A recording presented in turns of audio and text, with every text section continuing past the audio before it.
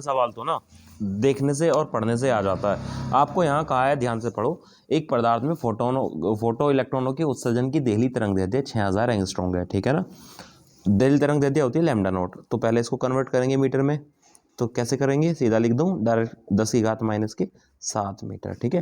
क्योंकि 10⁻⁻10 से शो हटाएंगे और 303 माइनस की कम हो जाएगी। और आपसे कहा सतह पर 4000 एंगस्ट्रॉम का प्रकाश गिर रहा है, तो 4000 एंगस्ट्रॉम। कई बार आपको इंटरचेंज करने में दिक्कत आती है, तो ध्यान रखना जो बड़ा उसको लैम्डा नॉट और जो छोटा उसको लैम्डा मानना, ठीक है। तो 4×10⁻⁷ में यहाँ भी लिख रहा हूँ। आपसे कहा उत्सर्जित प्रकाश इलेक्ट्रॉन की अधिकतम गतिज ऊर्जा, देख रहे हो आप, इस तरह का सवाल रिपीट हो रहा है। तो आपसे के मैक्सिमम पूछ रहा है और निरोधी विभव पूछ रहा है। पहले के मैक्सिमम निकालते हैं। आइंस्टीन की प्रकाश विद्युत समीकरण तो सबने पढ़ी है, Hc 1/λ माइनस 1/λ नॉट, ठीक है। जब भी दो तरंग दैर्ध्य आपको दे दे और इस तरह का सवाल आ सकता है, तो ये फॉर्मूला आपको लगाना है, ठीक है। तो के मैक्सिमम बराबर H का मान 6.63 गुणा 10⁻⁻34 गुणा 3×10⁸ 1/λ का मान कितना है, 4×10⁻⁷ माइनस 6×10⁻⁷, ठीक है। तो के मैक्सिमम बराबर 6.63 गुणा 3×10⁻⁻26 माइनस के नीचे से आएंगे, यहाँ क्या बचेगा 1/4 माइनस 1/6, ठीक है ना। तो के मैक्सिमम बराबर, इसको काटेंगे, माइनस के 19 रह गया, तो 6.63 गुणा 3 और यहाँ आ जाएगा एलसीएम कितना हो जाएगा, 6 और 12 हो जाएगा, 4 तिया 12 और 6 दूनी 12। तो के मैक्सिमम बराबर कितना आ जाएगा, 6.63 गुणा 3 गुणा 1/12। अब इससे इसको काटेंगे, कितनी बार कट जाएगा, 4 बार कट जाएगा। और 4 से इसको काटेंगे, लगभग कितना आ जाएगा, 1.6 के समथिंग आपका आंसर आ जाएगा, ठीक है। जब इसको कैलकुलेट करोगे आप, तो आपके पास जो भी आएगा आंसर डिवाइड कर दोगे ना, पावर कुछ रह रही है, माइनस के 19 भी तो है ना पावर, माइनस के 19, ठीक है। यहाँ पावर माइनस के 19 है, तो आप इसको आगे खुद सोल्व करेंगे। अब यहाँ पर आप बताओ मुझे, वो निरोधी विभव पूछ रहा है ना, तो बच्चों एक काम करना, आप इसको जूल में बदल देना। पहले 6.63/4 गुणा 10⁻⁻19 जूल को इलेक्ट्रॉन वोल्ट में बदलने के लिए 1.6 गुणा 10⁻⁻19 से डिवाइड करते हैं। पता है, इससे पावर ही कट गई, इससे इसको काटेंगे, कितनी बार कट जाएगा, लगभग 4.1 बार कट जाएगा, और हमारा आ जाएगा, ऑलमोस्ट आ जाएगा 1.0, है ना, इसी के समथिंग कुछ आ जाएगा। हमारे पास क्या आ गई, गतिज ऊर्जा इतनी आ गई। अब आपसे पूछ रहा हूँ निरोधी विभव। अब निरोधी विभव कैसे निकालेंगे, आपको पता है ना कि मैक्सिमम बराबर कितना होता है, EV0, ये होता है निरोधी विभव। अब बताओ जरा, इसका मान कितना है हमारे पास, 1.03 गुणा इलेक्ट्रॉन वोल्ट ही है, EV0 है ना। चाहो तो आप इससे इसको काट सकते हो, तो V0 कितना आ गया हमारे पास, 1.03 वोल्ट। तो आपके पास जो निरोधी विभव आया वो इतना आ गया, ठीक है। आपको बता दूं, जो इलेक्ट्रॉन वोल्ट होता है ना ऊर्जा में, ये हटा दोगे तो यही क्या बन जाता है, निरोधी विभव बन जाता है, ठीक है। जैसे यहाँ था ना इलेक्ट्रॉन वोल्ट, यहाँ पर खाली वोल्ट रह गया, ठीक है। हो गया यहाँ तक, चले आगे। अभी आ गया ग्राफ का सवाल। देखो ग्राफ के सवाल को देखकर ना बच्चे डर जाते हैं, कुछ नहीं है, आसान है। आपसे कहा है देहली आवर्ती, देहली आवर्ती की डेफिनेशन क्या है, वो आवर्ती जो प्रकाश इलेक्ट्रॉन के उत्सर्जन के लिए आवश्यक है, जहां से शुरू होता है प्रकाश का, इलेक्ट्रॉनों का उत्सर्जन कहां से शुरू हो रहा है, देखो ये आवर्ती है, कहां से स्टार्टिंग हो रही है, यहां से। तो देहली आवर्ती क्या आ गई हमारे पास, आ गई। तो ग्राफ से आप सीधा कहेंगे, ग्राफ से न्यू नोट कितना आ गया, पहला आंसर तो आपका यही आ गया, न्यू नोट कितना आ गया, 3 गुणा, देखो यहाँ हर एक चीज से गुणा, देखो यहाँ 10⁻³ कितना लिख रहा है, 15 लिख रहा है ना, 14 लिख रहा है ना। अब इसका मतलब पता क्या है कि 3 नहीं है, 3 गुणा 10⁻14 है, 6 नहीं है, 6 गुणा 10⁻14 है, ये मतलब इसका होता है 10⁻14 हर्ट्ज। आपके पास आंसर आ गया। अब सेकंड पूछा है इसने कार्यफलन, तो कार्यफलन पूछने के लिए W0 बराबर कितना होता है, H न्यू नोट होता है क्या। तो हम H का मान रखेंगे 6.63 गुणा 10⁻⁻34 और न्यू नोट का मान रखेंगे कितना, 3 गुणा 10⁻14, ठीक है। अब इन दोनों की गुणा आप कर लो, ठीक है। वैसे इलेक्ट्रॉन वोल्ट में पूछ रहा, तो लो ये भी कर लो, 1.6 गुणा 10⁻⁻⁻⁰ से भाग कर दो। इलेक्ट्रॉन वोल्ट में पूछ रहा ना, इससे इसको काटेंगे 4.1 बार कटेगा। पावर यहाँ कितनी रह जाएगी, -15, और यहाँ माइनस का कितना रह गया 1। तो W0 हमारे पास कितना आएगा, 4.1 गुणा 3, 12.3 लगभग, मैं आपको अप्रोक्सीमेट बता रहा हूँ, गुणा 10⁻⁻⁻⁰ या आप लिख सकते हैं 1.23 इलेक्ट्रॉन वोल्ट। तो आपके पास जो कार्यफलन आ जाएगा वो लगभग इतना ही आ जाएगा, ठीक है। एक्यूरेट गुणा भाग तो आप अपने आप कर लेना। अब इसने पूछा है कि प्लांक नियतांक का मान बताओ। प्लांक नियतांक का मान तो पता है आपको, पर फिर भी हमें कैसे निकालना है, आपने पढ़ा था ना, इस ग्राफ की प्रवणता h/e होती है, याद आ गया होगा आपको, पढ़ा था ना कि जो ग्राफ होता है उसकी प्रवणता कितनी होती है। अब यहाँ आपको ध्यान रखना कि अब की बार आपको ऊर्जा ही दे रखी है। अब कैसे निकालोगे, उसके लिए आप क्या करोगे, h बराबर कितना हो जाएगा, इस ग्राफ की प्रवणता, प्रवणता का मतलब लंब बटे आधार। लो मैं आपको थोड़ा सा सोल्व करके बता देता हूँ, लंब ये रहा और आधार ये रहा। कर लोगे इतना काम या मैं कराऊँ? लो ग्राफ की प्रवणता निकालते हैं। ग्राफ की प्रवणता, ठीक है जी।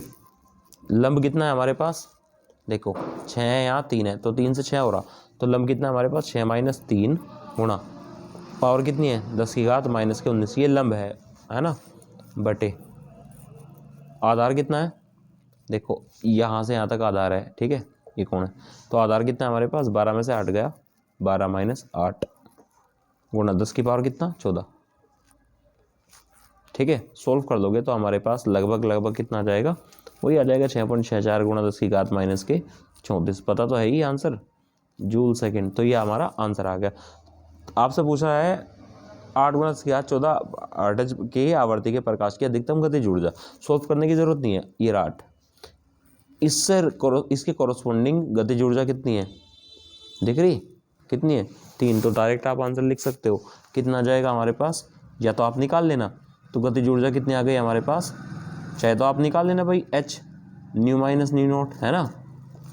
आप सोल्व करोगे तो आपके पास आंसर आ जाएगा कितना, 3 गुणा 10⁻⁻�19 जूल। या डायरेक्ट देख लो, 8 वाले के सामने कितनी है, 3 है, ठीक है। तो इस तरीके से आप ये सवाल कर सकते हैं ग्राफ का भी, ठीक है। आसान ही सवाल है, भारी सवाल नहीं है ये ग्राफ के भी, ठीक है। अब हम इसके सबसे लास्ट सेगमेंट पे चलते हैं, जो कि है दी-ब्रोगली तरंगदैर्ध्य से रिलेटेड न्यूमेरिकल्स।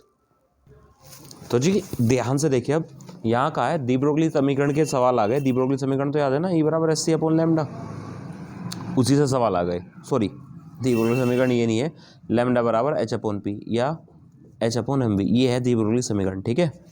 तो अब हम क्या करेंगे, देखो सबसे पहले लिखेंगे गिवन दैट, जो आपको दे रखा है, सवाल पढ़ेंगे। अब दिया है ना, क्या दे रखा है आपको, किसी कण से बद्ध दी-ब्रोगली तरंगदैर्ध्य इतनी है, यानी कि लैम्डा का मान कितना, 1.0 एंगस्ट्रॉम, मीटर में बदल लो,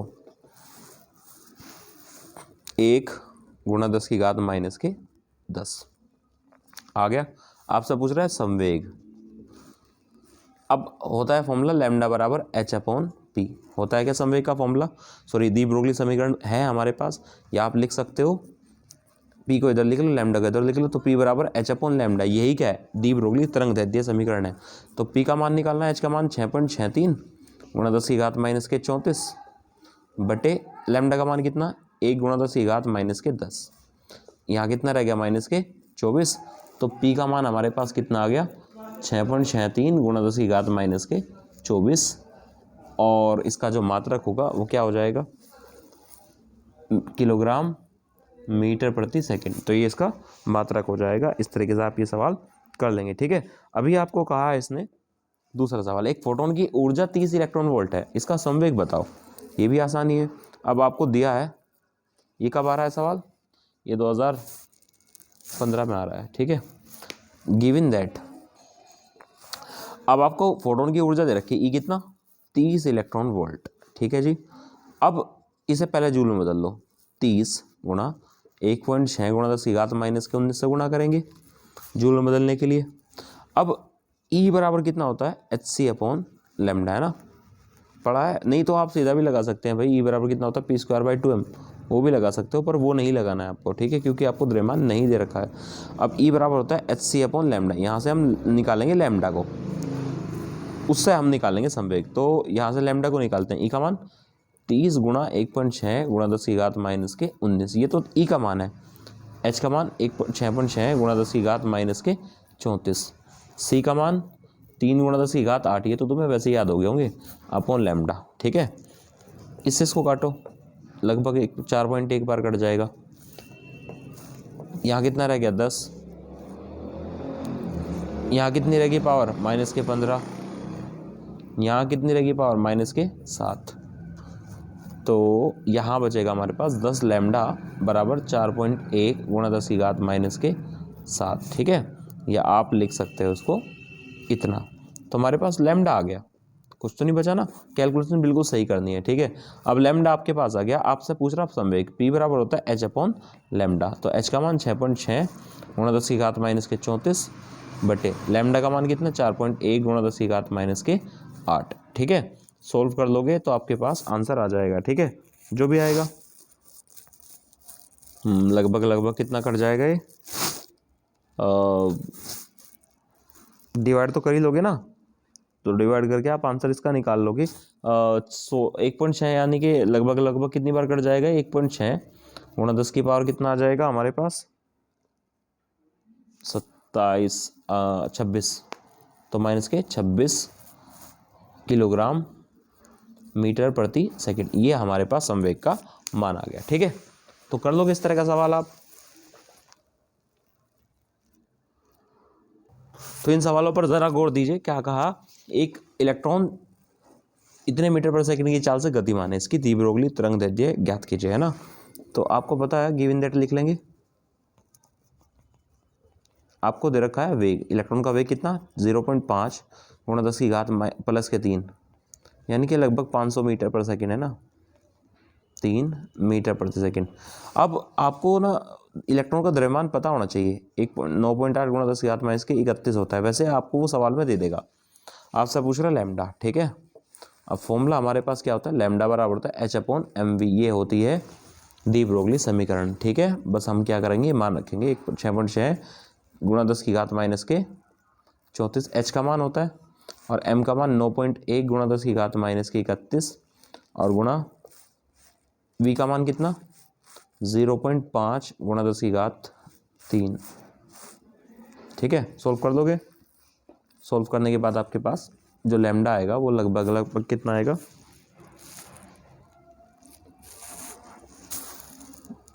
14.67 गुणा 10 की घात कितनी रह जाएगी, घात माइनस के 3, और माइनस के 3 कितना हो जाएगा, और एक यहाँ ले लिया 7, माइनस के 7, इतना मीटर आपका आंसर आ जाएगा। ठीक है, बहुत आसान सा सवाल था। इस सवाल को देखो, एक इलेक्ट्रॉन की सूक्ष्मदर्शी की त्वरक विभव का मान क्या होगा यदि इलेक्ट्रॉन की दी ब्रोगली तरंगदैर्घ्य इतनी है। तो आपको तरंगदैर्घ्य दे रखी है और आपसे विभव का मान पूछ रहा है, तो दिया है लैम्डा बराबर कितना 1 एंगस्ट्रॉम, इसको एंगस्ट्रॉम में रखो, क्यों रखो उसका रीज़न बताता हूँ। आपसे पूछ रहा भी, मैंने एक फॉर्मूला कल आपको प्रूफ करवाया था थ्योरी में, देख लेना, 12.27 बटे रूट के अंदर v करवाया था, नहीं करवाया था, याद आ जाएगा आपको ये फॉर्मूला। ठीक है, और अच्छा भी है डेरिवेशन के लिए। अब लैम्डा का मान रखो आप 1 एंगस्ट्रॉम, 12.27 एंगस्ट्रॉम बटे रूट के अंदर v, देखो एंगस्ट्रॉम से कट गया, ये इधर जाएगा, तो रूट के अंदर v इतना आ जाएगा हमारे पास 12.27। आप ना इसका स्क्वायर कर दो, तो v का मान जब स्क्वायर करोगे तो 12 का वर्ग क्या होता है, लगभग 144, तो और 27 तो लगभग 149 से 150 के करीब आपका आंसर आ जाएगा, तो 150 वोल्ट आपका आंसर है इसमें। ठीक है, था ना आसान सवाल। चलो एक लास्ट क्वेश्चन और देखते हैं, फिर इसको बंद करेंगे। ठीक है, ये बेहतरीन सवाल है, मल्टीपल चॉइस में इस बार आ सकता है, 2016 में आया था। ठीक है, आपसे कहा है प्रोटॉन तथा अल्फा कण की दी ब्रोगली तरंगदैर्घ्य समान है, तो बात प्रोटॉन और अल्फा कण की हो रही है। तो आपको बता दूं कि प्रोटॉन का जो द्रव्यमान होता है ना, वो क्या होता है, या जो अल्फा कण का द्रव्यमान होता है वो 4 गुना होता है प्रोटॉन अल्फा कण से, प्रोटॉन से सॉरी, है ना, क्योंकि देखो ये होता है प्रोटॉन और ये होता है अल्फा कण का, है ना, अल्फा कण इसका नाभिक होता है। अब यहाँ 4 है और यहाँ कितना है 1 है, तो इसका द्रव्यमान संख्या कितनी है, 1 है, इसकी कितनी है 4, तो अल्फा कण जो है वो 4 गुना भारी होता है, ये ध्यान रखना। वैसे मल्टीपल चॉइस में है, तो ध्यान रखना इसका, है ना। और आपसे कहा है कि जो तरंगदैर्घ्य है ना वो भी क्या है, इन दोनों की द्विब्रोगली तरंगदैर्घ्य प्रोटोनों की बराबर है ना। आपसे पूछ रहा है इनकी चाल का अनुपात, यानी कि प्रोटॉन बटे वी अल्फा कण, ये पूछ रहा है आपसे वो, ठीक है। 2016 में आया सवाल ये, और इस बार के लिए बहुत इंपॉर्टेंट सवाल है, अच्छा सवाल है। अब एक बात बताओ, लैम्डा बराबर कितना होता है, H/mv होता है ना। यही तो क्या है, द्विब्रोगली समीकरण है, ठीक है। अब लैम्डा प्रोटॉन की बात कर लो, H/ मास ऑफ प्रोटॉन और वेलोसिटी ऑफ प्रोटॉन, यानी कि वेग प्रोटॉन का। अगर अल्फा कण की बात करोगे तो यहाँ लिखोगे H तो सेम ही रहेगा, मास ऑफ अल्फा कण इनटू वेलोसिटी ऑफ अल्फा कण, ठीक है। ये तो प्रोटॉन की बात थी। अब अगर इनको मैं डिवाइड कराने लगूँ आपसे, ओरली बता रहा हूँ, तो SH कटेगा, ये मटेरियल कहाँ जाएगा, ऊपर जाएगा। तो कुछ ऐसा बनेगा, डायरेक्ट आप फॉर्मूला लिख लेना चाहे, lambda P upon lambda alpha is equals to आएगा ये ऊपर चल जाएगा, और ये भी कहाँ जाएगा, ऊपर जाएगा। अब ये दोनों बराबर दे रखे हैं इसने आपको, क्या रखा है ना, दोनों की जो मान है वो बराबर है। तो एक बराबर यहाँ लिख सकते हैं हम, कितना, 4 लिख सकते हैं ना, 4 गुना upon mass of proton into velocity of alpha upon velocity of proton, ठीक है। इससे इसको काट लेंगे, ये कहाँ जाएगा भाग में, तो 1/4 बराबर क्या आएगा, velocity of alpha upon velocity of proton. लेकिन हमें निकालना है वीपी बटे वी अल्फा, तो इसको उल्टा कर दो, या वीपी अपॉन वी अल्फा कितना आ जाएगा हमारे पास, 4/1, या फिर 4:1। तो ये आपका आंसर आ जाएगा। था ना बड़ा आसान। अभी आप मुझे बताएंगे कि क्या मैं पिछले साल के क्वेश्चन पेपर अब कराना शुरू कर दूं। अगर आप वीडियो यहाँ तक देख चुके हैं तो आप कमेंट करके ज़रूर बताएंगे, ठीक है। तब तक के लिए तैयारी करते रहें, बेस्ट ऑफ लक आपके पेपर के लिए।